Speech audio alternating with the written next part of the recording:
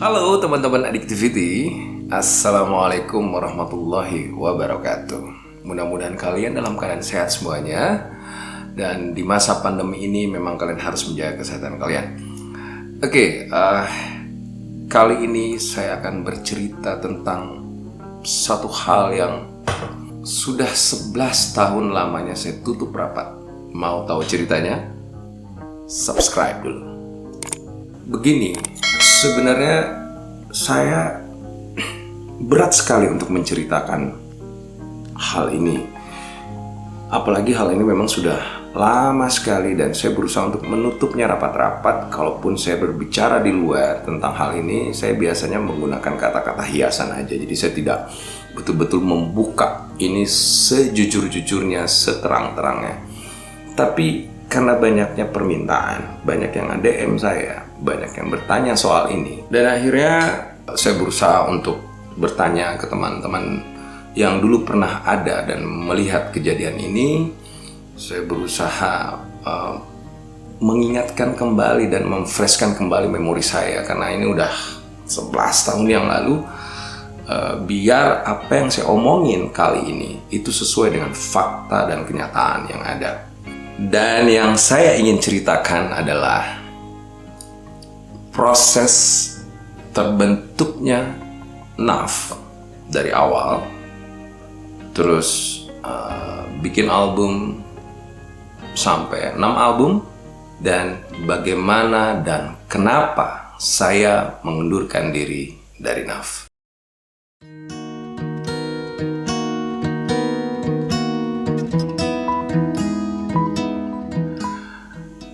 Saya mulai dari kamar kos saya.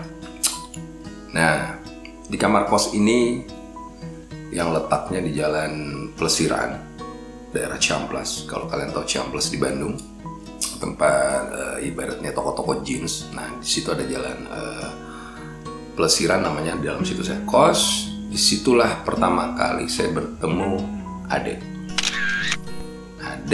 Itu saya dikenalkan sama teman saya yang bernama Fahmi. Terus ya singkat cerita saya kenalan. Terus kebetulan juga ibu saya almarhum lagi ada di Bandung dan ada di kamar kos saya dan bertemu dengan Ade. Ya ini awal dimana saya memulai perjalanan saya untuk membuat band yang betul-betul serius.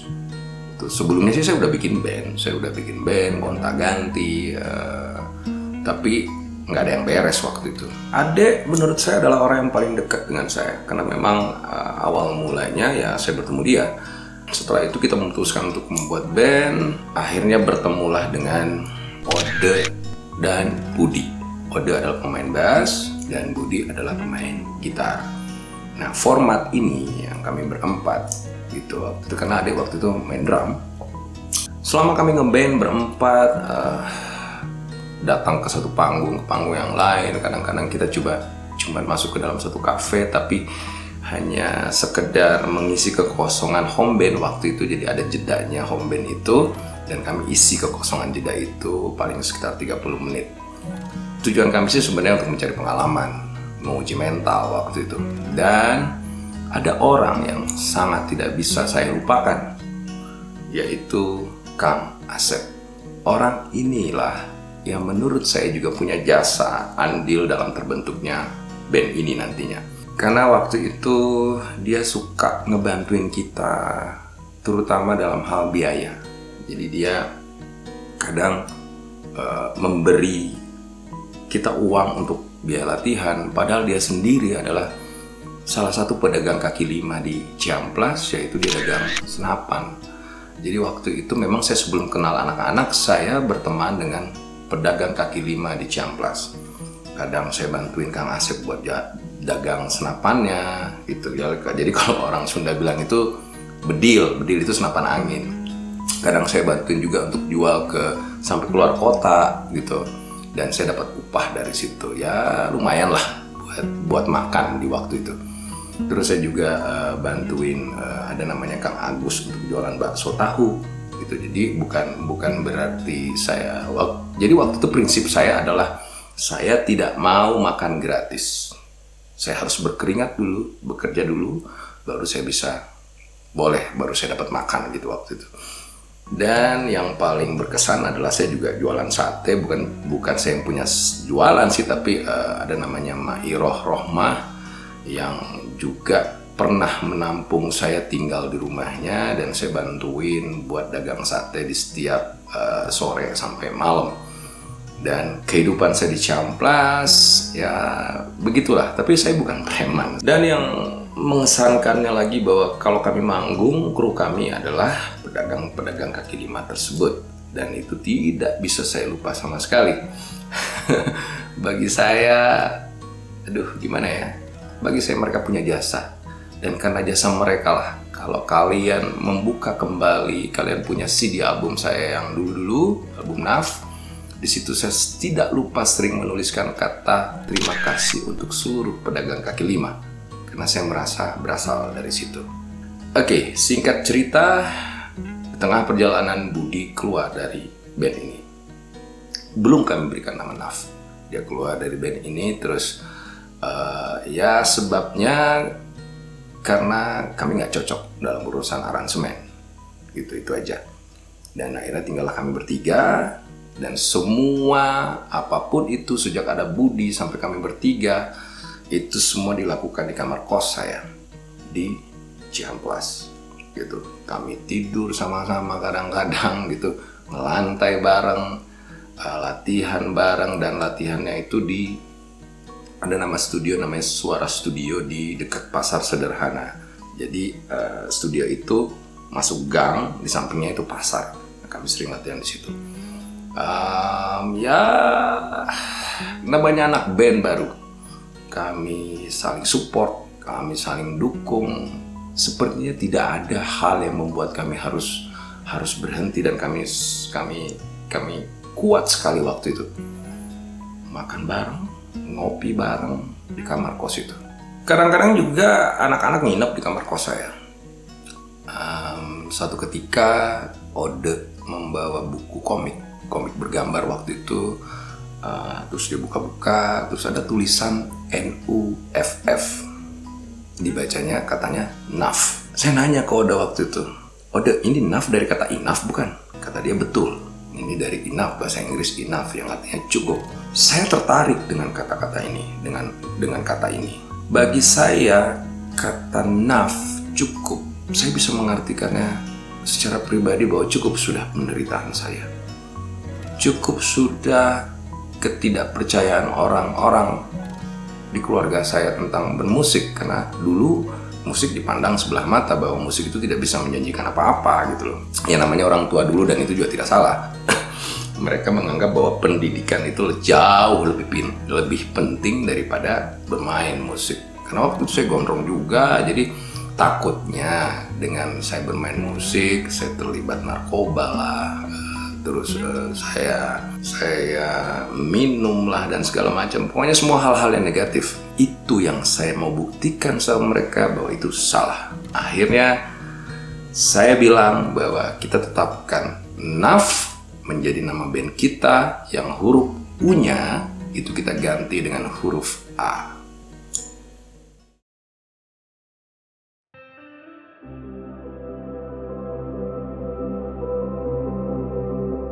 Sebelum kita lanjut,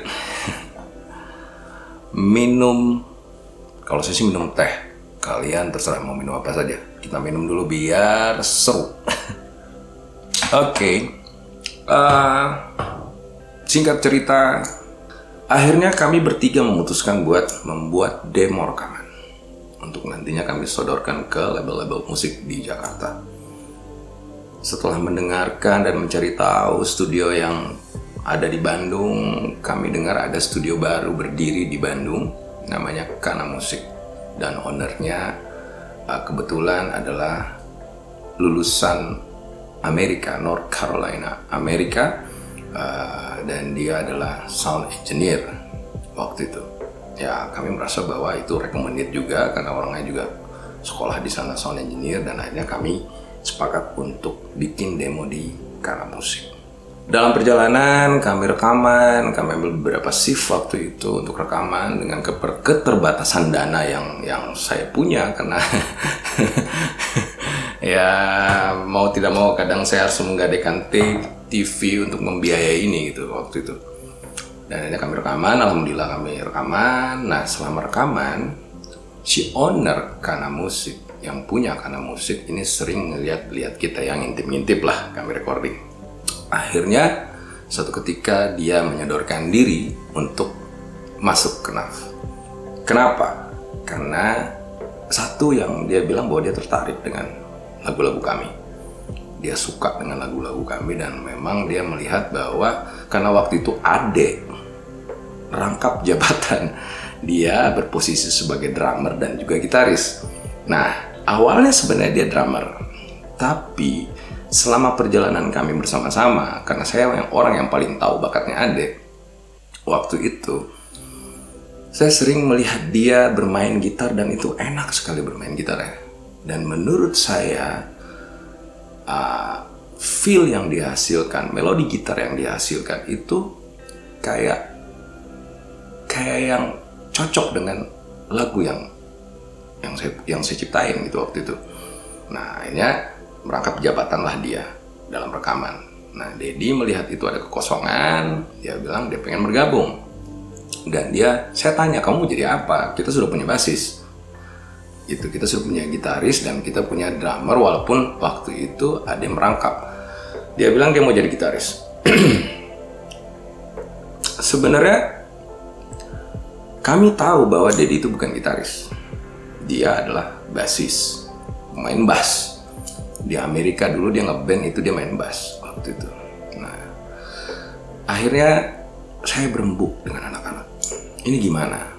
Jujur saja waktu itu ya karena kami merasa NAF adalah kami bertiga, kita agak sulit menerima orang untuk masuk di dalam tim ini gitu. Dengan segala pertimbangan, karena memang juga ada pertimbangan bahwa dia bukan gitaris gitu, dia basis gitu. Tapi menurut saya setelah saya ngomong karena anak saya beri penjelasan, Dedi itu kalau masuk ke NAF dia punya nilai plus gitu loh, karena dia juga sound engineer. Dan yang tidak bisa kita pungkiri waktu itu adalah kami butuh dana untuk bisa recording, apalagi kalau umpamanya nantinya demo kami ditolak, pasti kami butuh dana lagi untuk bikin lagi demo dan demo berikutnya itu. Jadi ya saya pikir apa yang saya pikirkan itu wajar sekali gitu loh. Memang kami tidak mampu waktu itu. Dan akhirnya anak-anak menerima itu dan masuklah Dedi ke dalam formasi NAF dan kami berempat. Sebelum kita lanjut, saya mau cerita sedikit. Jadi Ade itu kan dikenalin sama saya karena saya mencari player, dikenalin oleh teman saya yang bernama Fahmi. Terus Ode itu juga saya minta teman saya untuk mencari pemain bass, dan teman saya itu bernama Roni dan dikenalkanlah saya dengan Ode. Terus Dedi sendiri masuk ke NAF terakhir kan itu. Jadi itu pun atas rekomendasi kami bertiga. Dan setelah demo rekaman kita jadi, kebetulan saya kenal dengan Bang Uli. Jadi Bang Uli itu adalah drummernya band 50-50. Jadi 50-50 di zaman itu terkenal. Saya sempat juga jadi additional vokalisnya karena si vokalisnya lagi pergi. Terus saya juga kenal dengan Bang Bongki, itu pemain bassnya Slang waktu itu, jadi sekarang udah mantan. Nah, saya ke Jakarta, ketemu mereka, dan akhirnya demo yang kami buat ini dibawalah ke label. Tidak lama kemudian, Uli menelpon saya, memberitahu bahwa alhamdulillah demo kami diterima oleh Pro Sound. Dan itu membahagiakan sekali. Saya senang sekali karena apa yang saya usahakan, apa yang saya perjuangkan selama ini bersama anak-anak itu akhirnya tercapai juga. Walaupun itu belum takaran sukses, tapi minimal kami sudah melalui satu step yaitu diterima oleh label.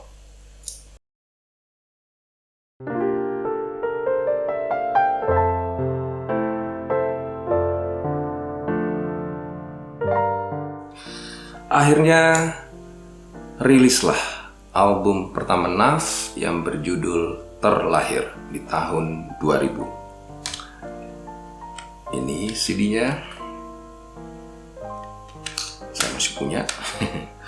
Kebetulan saya simpen-simpen, saya pelihara dengan baik. Ini dalamnya. Yep. Album ini dengan sukacita, dengan perasaan sukacita rilis. Kami semuanya senang. Kami bersyukur albumnya bisa rilis, walaupun menurut saya album ini bisa dibilang biasa-biasa aja, atau mungkin kasarnya tidak laku. Ini albumnya, dan kebetulan semuanya ciptaan saya. Setelah itu, karena kita kontrak 2 album, kita rilis lagi album di tahun 2001 berjudul Terbang Tinggi.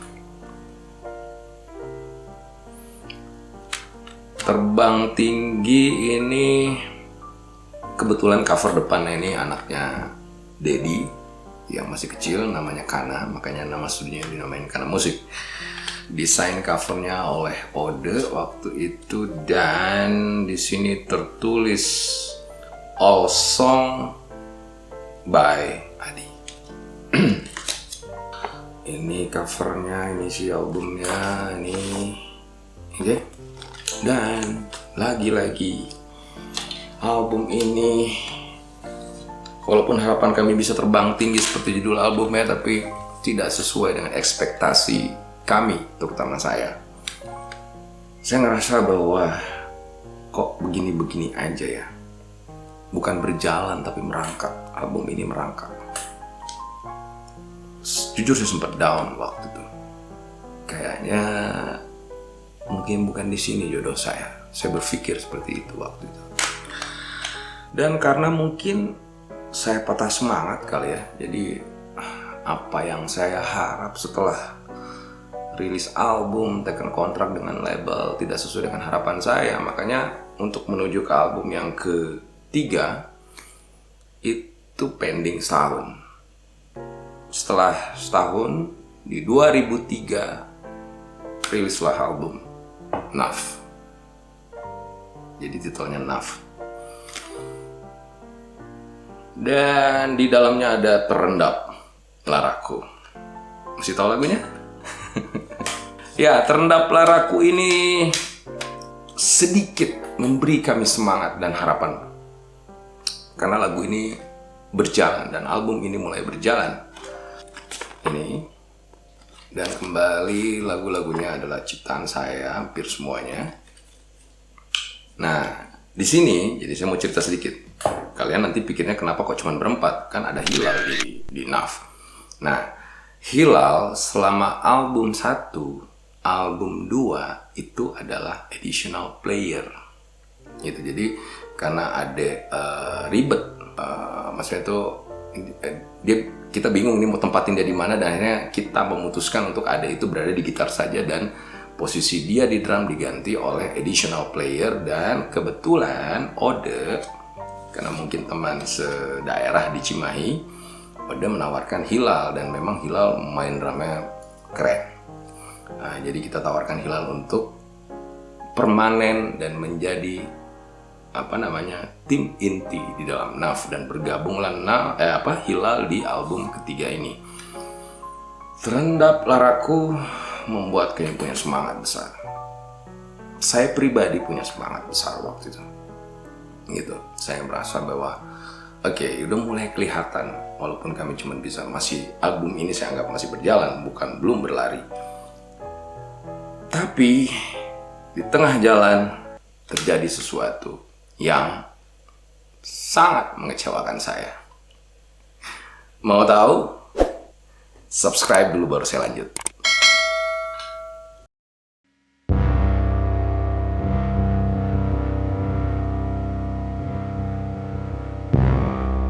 Di sela perjalanan kami setelah album ketiga rilis, disinilah awal mulanya timbul keinginan saya untuk mundur dari NAF. Ini sudah mulai ke bagian yang berat buat saya ceritain yang saya bilang tadi, yang tadinya saya pengen tutup rapat-rapat. Tapi orang tua saya pernah bilang bahwa kebenaran harus diungkapkan daripada terjadi hal-hal di luar yang membuat orang simpang siur berpikir dan tidak terarah. Dengan bismillah, saya memulai cerita yang seru ini. Saya nggak pernah sangka ini bakal kejadian. Nggak ada angin, nggak ada topan, tiba-tiba saya mendengar bahwa 3 orang anak-anak NAF itu membuat side project bersama salah satu vokalis di Indonesia. Jujur saya kaget waktu itu. Kaget dan jujur juga saya marah. Kenapa? Karena saya pikir, kenapa nggak ngomong? Dedi waktu itu juga karena recordingnya di studionya Dedi, jadi ya saya pikir Dedi juga tahu side job ini atau side project ini. Saking marahnya saya bicara dengan label. Saya obrolin dengan label. Saya keluarin unek-unek saya waktu itu dengan label. Gitu, dan label tahu ini, dan semua kru NAF juga di saat itu juga tahu apa yang terjadi. Jadi mulailah saya merasa tidak nyaman di band ini, mulailah saya bergerak sendiri, dan karena masalah ini album NAF tertunda selama 3 tahun. Itu karena keengganan saya untuk bikin album. Ya saya harus akui. Dan inilah cerita yang sejujurnya. Label melihat ini ada masalah, mereka mencoba menawarkan suatu solusi ke saya untuk membuat project solo album.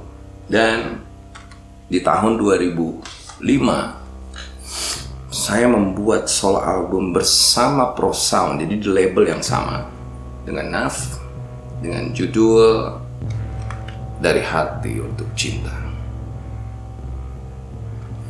Tapi jujur, saya membuat album ini juga nggak happy banget sebenarnya, karena harapan saya ada di band saya dong, bukan ini yang saya harap. Gitu. Dan ini saya ditawarkan loh, buktinya saya ditawarkan. Kenapa project ini saya anggap bahwa ini bukan project yang egois atau karena pengen jadi solo album? Karena di dalamnya label sendiri membuat kolaborasi dengan artis lain, seperti ada Lobo, ada Fadly Padi, ada juga Dewiq yang di zamannya terkenal sekali lagu-lagunya. Dan kebetulan lagu Dewiq lah yang dijadikan hit single saya yang berjudul Cinta Memilihmu. Dan alhamdulillah album ini masuk dalam nominasi pendatang baru solo terbaik Bass Award waktu itu. Sekarang udah nggak ada penghargaan itu. Ajang itu sudah nggak tahu kemana. Ya, jadi dan ada yang unik juga di album ini sebenarnya. Jadi gini, kalian tahu kan lagu Akhirnya Aku Menemukanmu? Tahu? Mau tahu ceritanya lagu itu? Apa hubungannya dengan album ini? Tunggu cerita saya. Subscribe dulu.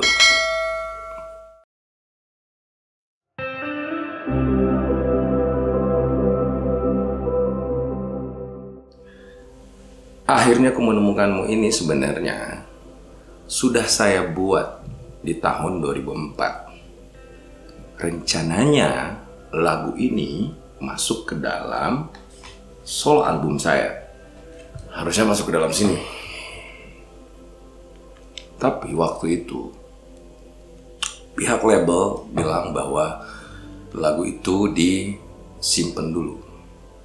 Katanya nggak masuk ke dalam album ini. Gitu. Waktu itu saya nggak punya feeling apa-apa, nggak punya perasaan apa-apa. Dan sekarang saya akui bahwa label itu memang jeli melihat lagu. Jeli mendengarkan lagu. Ternyata lagu itu disimpan buat album berikutnya, NAF, di album keempat. Dan kalian sama-sama tahu, Akhirnya Aku Menemukanmu boom waktu itu. Ini albumnya, berjudul Isyarat Hati. Album ini memang luar biasa, gitu loh.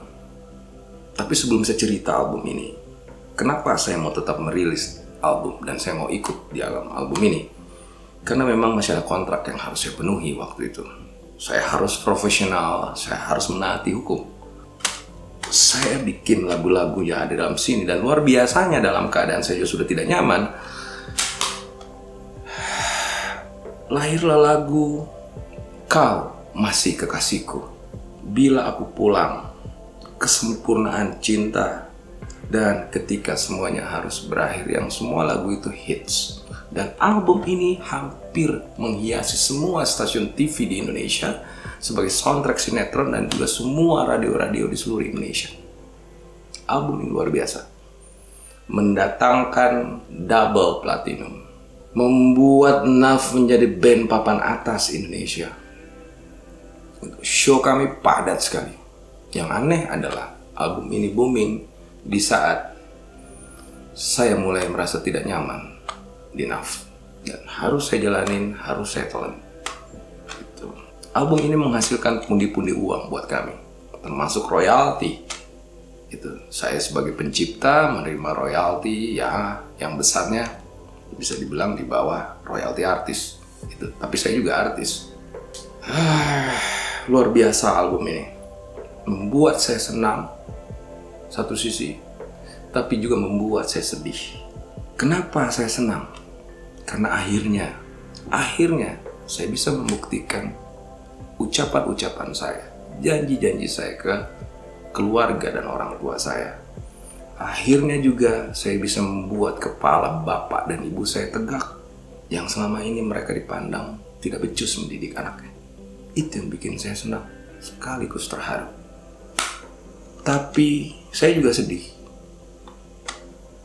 karena saya sudah tidak nyaman berada di NAF. Ya, perjalanannya harus dilanjutkan, walaupun suasana hati sudah tidak nyaman, dan album tersebut membuat kami sangat terkenal waktu itu. Dan timbullah masalah yang menurut saya tidak penting untuk dipermasalahkan. Saya tahu ini dari label juga. Saya dipanggil ke kantor waktu itu, terus ada pembicaraan bahwa bagaimana kalau saya membagi sedikit royalti pencipta lagu saya untuk dibagi ke anak-anak atau disisihkan ke royalti artis, karena memang agaknya bisa dibilang jauh lah perbedaannya waktu itu. Saya mengiyakan. Tujuan saya mengiyakan adalah agar suasana band bisa kembali seperti di tahun pertama kami membuat band, di mana kami tidak memikirkan popularitas, tidak memikirkan uang. Kami hanya fokus untuk berkarya waktu itu. Saya rindu itu. Di sela-sela ketidakmenentuan perasaan saya, rilislah album yang ke-5, berjudul Rahasia Hati. Album ini tidak sesukses album Isyarat Hati, tapi tetap saja jadwal panggung kami masih padat. Alhamdulillah waktu itu kami masih berjalan dengan padatnya, kami masih keluar kota. Sampai pernah kami ke Jepang untuk show. Rahasia Hati dengan hit single Kaulah Hidup dan Matiku, Tak Seindah Cinta Yang Semestinya. Album ini ceritanya sedih buat saya, bagi saya. Kenapa? Karena sebelum rilis album ini, ibu saya meninggal. Orang yang selama ini mensupport saya, orang yang selama ini memberitahu saya bahwa saya bisa, tidak pernah mengeluh dengan kegagalan saya, dan beliau meninggal di saat NAF show di Lampung kalau nggak salah waktu itu. Suasana hati saya makin hancur, ditambah lagi dengan polemik yang ada di NAF. Gitu. Saya minta rehat 1 bulan sebelum album ini rilis. Dan lahirlah lagu Mengenangmu Ibu di album ini. Saya bersedih, saya berkabung, saya minta 1 bulan untuk menjalani masa bersedih saya, masa berduka saya. Barulah rilis album ini. Jadi album ini punya kesan buat saya adalah ibu saya. Dan beliau adalah malaikat buat saya.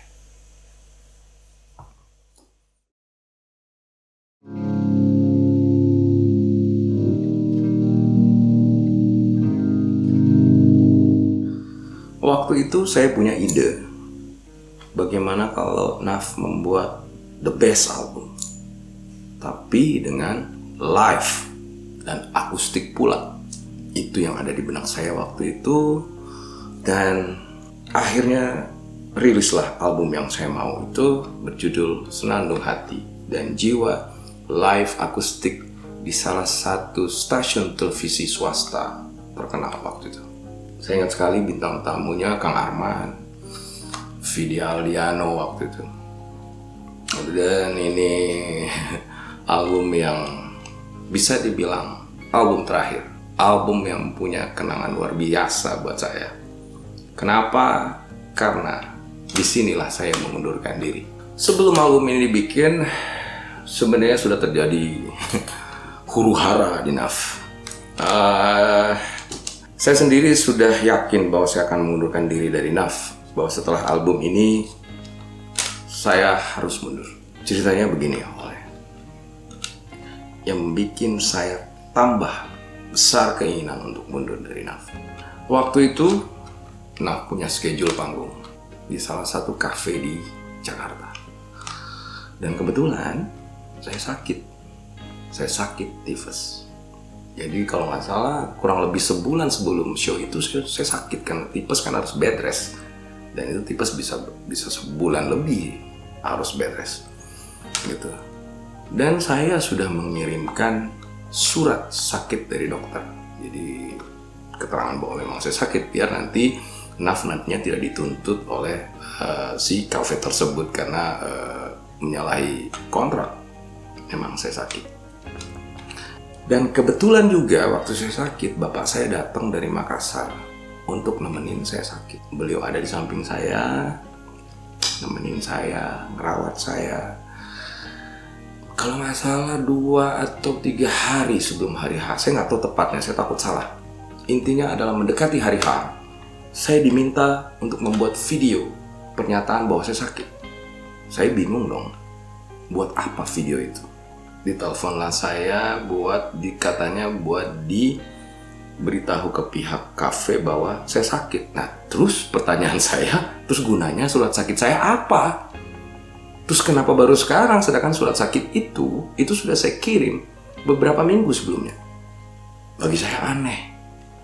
Ya, ternyata Naf tetap manggung tanpa saya ternyata. Saya sakit. Saya nggak bisa bangun. Hari itu saya sedih lagi. Jujur, di depan orang tua saya menangis. Di depan bapak saya menangis. Saya curhat sama beliau waktu itu. Saya bilang, saya mengingat semua apa yang ada sebelum ini. Apa yang saya lakukan bersama teman-teman saya. Bagaimana perjuangan saya dengan teman-teman saya. Bagaimana kami merangkak, bagaimana kami berjuang untuk masuk label. Tapi ya, saya tidak tahu. Dan malam itu, di hari H, yang saya tahu, saya dengar dari info yang betul-betul akurat, bahwa mereka manggung tanpa saya, dan saya diganti again dengan salah satu vokalis di Indonesia, salah satu vokalis band di Indonesia, yang bernaung di bawah naungan label yang sama dengan saya. Kalau nggak salah ada 2 orang yang ganti saya malam itu. Salah satunya adalah katanya teman-teman anak-anak. Itu saya dapat info dari kru. Tapi vokalis yang mengganti saya ini sudah secara pribadi meminta maaf dengan saya. Dan saya maafkan. Karena memang bukan salah dia. Siapapun pengganti saya waktu itu bukan salah mereka. Mereka diminta. Gitu. Saya tidak tahu ada penjelasan apa waktu itu. Mereka manggung tanpa saya, dan saya banyak dengar sesuatu dari kru setelah besok paginya mereka pulang ke Bandung. Itu yang membuat saya sedih. Cerita-cerita itu yang membuat saya sedih. Kalau kalian bilang ceritakan cerita itu, saya tidak perlu cerita. Tidak semua saya harus cerita. Ada bagian yang harus saya tutup rapat-rapat, memang mungkin sampai nanti, sampai kapanpun. Kalian cukup tahu garis besarnya. Terus yang lain yang bikin saya pengen adalah bagaimana pernah di salah satu stasiun TV ada acara TV waktu itu yang juga sangat terkenal, dipandu oleh host yang sangat terkenal, komedian yang sangat terkenal, dan sampai hari ini juga masih terkenal. Waktu itu Naf jadi bintang tamu, tapi ada chit-chatnya, ada ngobrol-ngobrolnya dengan host. Nah, ngobrol-ngobrolnya itu yang diminta adalah saya. Saya sendiri tidak tahu sebenarnya. Gitu. Saya diminta untuk chit-chat sama si host tersebut, pembawa acaranya. Yang saya tahu adalah Naf perform nanti di akhir acara. Ya, biasanya begitu di zaman itu, kalau band diundang itu pasti perform. Gitu. Nah, saking saya tidak mau tahunya, saya tuh ngopi di luar bersama salah satu kru saya. Jadi gedungnya nggak jauh dari studio. Tapi tiba-tiba saya dengar ribut-ribut. Saya dengar dari dalam, manajemen juga tahu, itu personal manager Naf juga tahu waktu itu. Ada ribut-ribut bahwa kenapa cuman Adi aja, kenapa nggak Nafnya? Si pihak TV nanya ke saya, Mas, ini gimana? Saya bilang, ya udah nggak apa-apa, Nafnya juga semuanya. Dia bilang nggak bisa, karena satu, tamunya juga banyak. Jadi waktu itu bintang tamu itu bukan cuma Naf. Nah, spare tempat duduk di atas itu tidak cukup. Saya cuma ngerasa buat apa sih itu dipermasalahkan. Saya sendiri ikhlas kok kalau bukan saya yang naik ke atas. Dan saya udah bicarakan itu dengan manajemen. Saya bilang sama manajer, personal manager waktu itu, saya bilang nggak usah saya. Dan akhirnya Naf tidak chit-chat dan kita hanya menjadi pengisi acara pas ending kita live perform saja. Yang lain ceritanya. Yang bekerja itu adalah kami. Yang punya hak atas Naf itu adalah kami berlima. Yang bisa mengeluarkan pendapat apapun di dalam Naf itu cuma kami berlima, bukan orang-orang terdekat kami. Bagi saya, orang-orang terdekat kami cukuplah mendoakan dan mensupport kami. Saya juga tidak perlu ceritakan ini. Siapa orang-orang terdekat itu? Bagi saya itu cukup merepotkan dan bukan cukup lagi, sangat mengganggu. Dan manajemen juga tahu. Jadi apa yang saya ceritakan hari ini adalah hal-hal yang orang lain juga tahu. Jadi orang-orang di sekeliling Naf tahu, baik itu kru, manajemen, label. Dan ini saya tutup rapat-rapat. Tidak pernah saya bicarakan dimanapun gitu. Saya pernah ikut di interview sama beberapa teman-teman YouTube yang artis gitu, nanya kenapa saya mundur dari Naf. Saya nggak pernah ceritakan segamblang ini, tapi saya berharap setelah saya bercerita ini, sudahlah. Nggak penting lagi masalah ini untuk dibuka. Nggak penting lagi dipermasalahkan. Gitu. Dan ada cerita bahwa semua lagu Naf ada ciptaan, bukan ciptaan Adi. Saya bisa tunjukkan buktinya dengan kontrak saya. Bukti yang paling real bisa dilihat adalah list yang ada di lagu-lagu ini. Ada kok tulisannya ciptaan Adi. Gitu. Tapi kalau mau bukti real lagi, saya punya kontrak dengan salah satu publishing di Indonesia. Tidak mungkin dong publishing itu mengontrak lagu-lagu saya kontrak dengan dia, terus lagu itu bukan ciptaan saya. Nanti saya perlihatkan di video ini. Dan kalau saya banyak diam waktu itu, banyak menyendiri waktu itu, saya rasa kalian bisa mengerti kenapa saya melakukan itu. Ya, dan kalau ada orang yang bilang bahwa tidak tahu dan Adi tidak menjelaskan kenapa Adi mundur dari Naf waktu itu, saya rasa itu tidak betul. Karena ada orang di Naf yang sangat tahu kenapa saya mau mundur dari NAF waktu itu.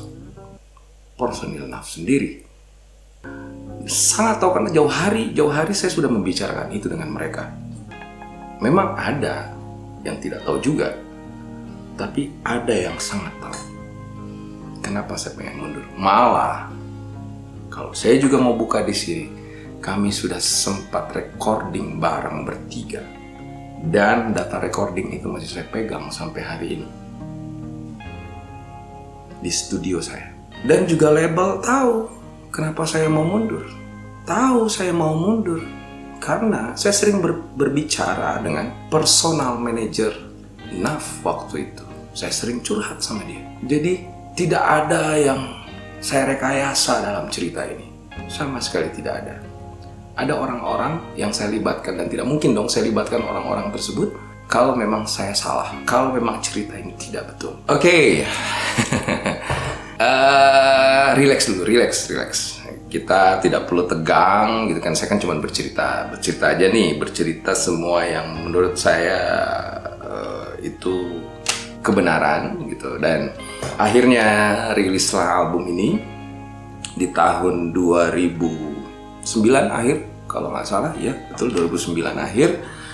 Ingat sekali saya karena itu waktu itu setelah album ini rilis juga, saya menyatakan mundur dari NAF dan saya bertemu label. Saya dijemput oleh supir waktu itu untuk dibawa ke rumah owner untuk bercerita, dan ya sebenarnya meminta saya untuk tidak mundur. Tapi bagi saya hidup itu adalah pilihan, dan setiap pilihan punya resiko, dan saya berani ambil resiko itu. Waktu saya pengen mundur, banyak sekali yang bilang, "Di, sayang NAF, Di, sayang ini, sayang itu." Malah ada yang bilang, "Di, setelah lu mundur, lu gak akan jadi apa-apa." Maaf, bagi saya prinsip itu penting. Saya pegang prinsip saya. Saya tidak mungkin menjalankan ini. Saya tahu saya lebih suka berada di rumah yang kecil, walaupun saya tidak tenar lagi, tapi saya tenang, dibanding saya berada di rumah yang besar tapi saya tidak menemukan ketenangan di situ. Dan ada catatan penting di album terakhir ini, terakhir saya bersama NAF. Di sini di Say Thanks saya menulis di kalimat paling terakhir, saya bilang di situ bahwa berharap ini bukan yang terakhir dari saya, dan itu adalah sinyal kemunduran saya dari band ini.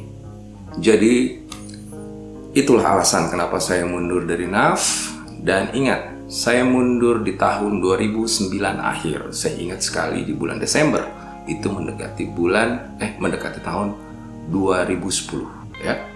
Saya mundur di situ dan selesailah perjalanan saya bersama band yang saya bangun dari nol bersusah payah sampai mencapai puncaknya, dan saya mundur dalam keadaan NAF besar. Oke teman-teman Addictivity, saya berharap cerita ini menjadi penutup dari semua cerita-cerita yang sebelumnya banyak beredar di luar sana. Dan saya juga berharap semoga ini bisa meluruskan apapun tentang kenapa saya mundur dari NAF. Dan saya juga berdoa agar semua teman-teman NAF yang ada sekarang ataupun yang sudah pergi dari NAF, kru, semua yang pernah mensupport NAF itu sukses dan menjalani hidup dengan damai dan tenang. Mari kita melihat ke depan, bukan menengok selalu ke belakang, karena di depan itu adalah harapan, di belakang itu adalah masa lalu. Katakan yang benar adalah benar, katakan yang salah adalah salah, meskipun itu pahit. Dadah, assalamualaikum warahmatullahi wabarakatuh.